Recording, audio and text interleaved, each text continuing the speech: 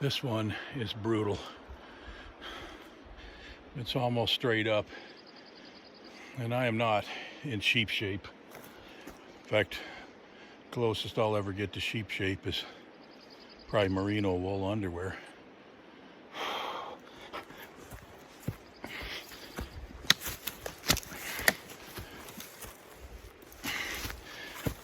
You gotta pull yourself up with the branches.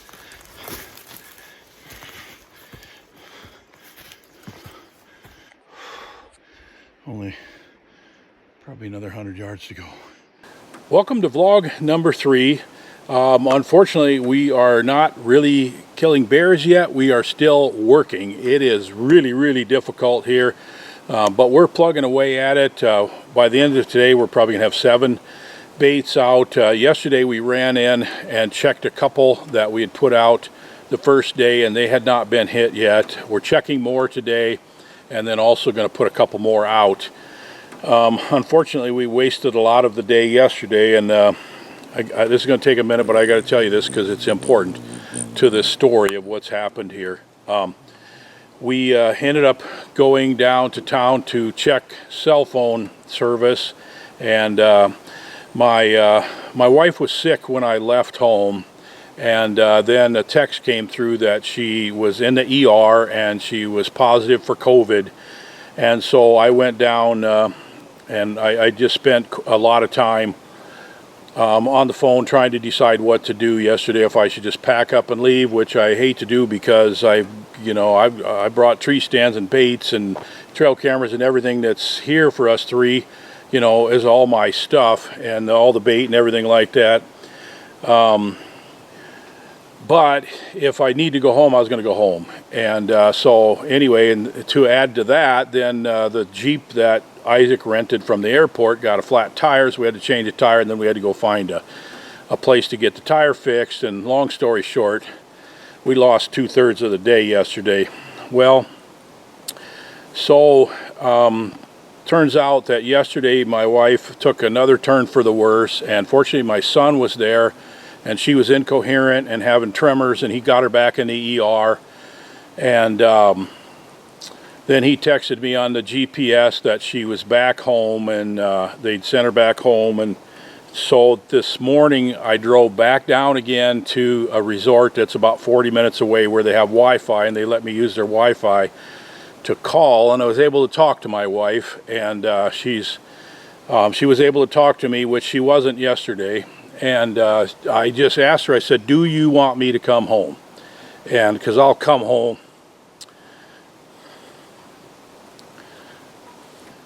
Okay, so I said, do you want me to come home? Because I'll come home if you want me to. And she said, well, what would you do if you were here? And that's the way my wife is. I'm telling you guys, I won the wife lottery. And she basically said, stay hunting, she'll be okay. And she's got 2 of my boys there to keep an eye on her. But it's really difficult. I had trouble sleeping last night, knowing that she's that sick and that she's got COVID. And but I'm going to keep hunting, and then I'm going to drive that 40 minutes tomorrow morning back out to the resort and check again. And my son can text me on the GPS if something goes, it gets worse or whatever.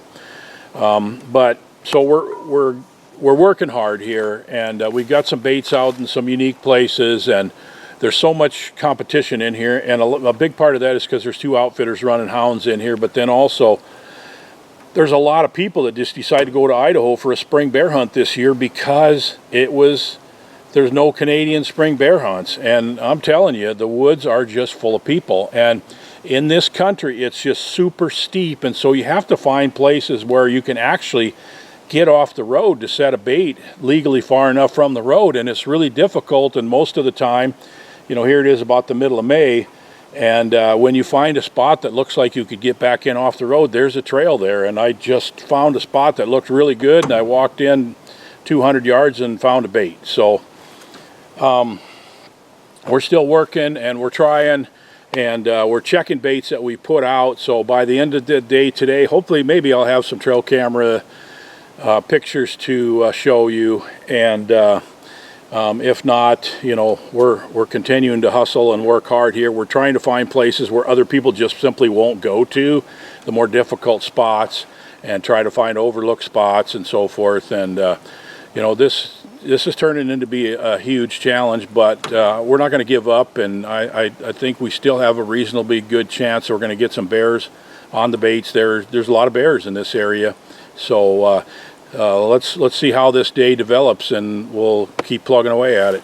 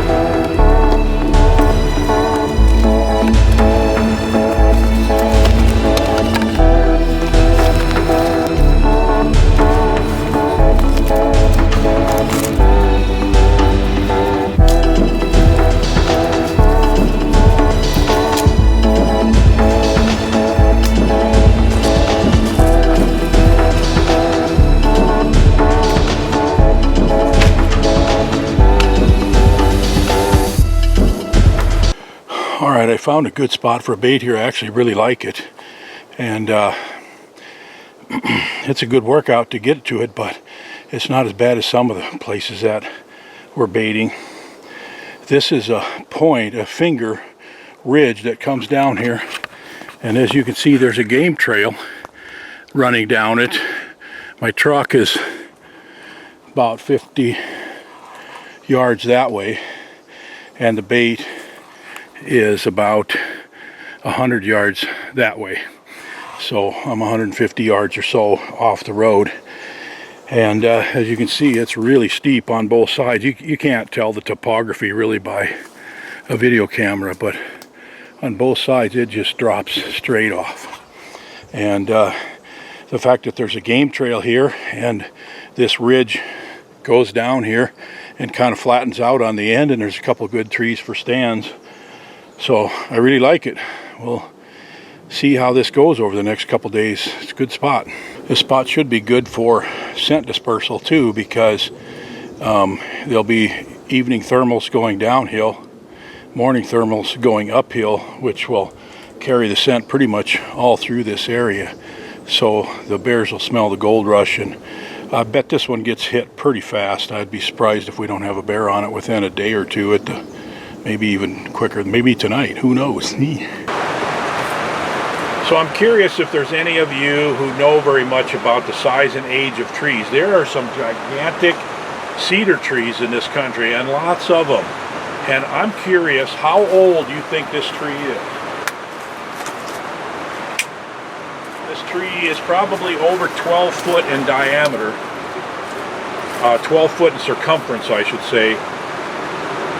I'd like to know how fast the cedars grow, and if there's people that have opinions, leave a comment below and tell me how old you think this tree is.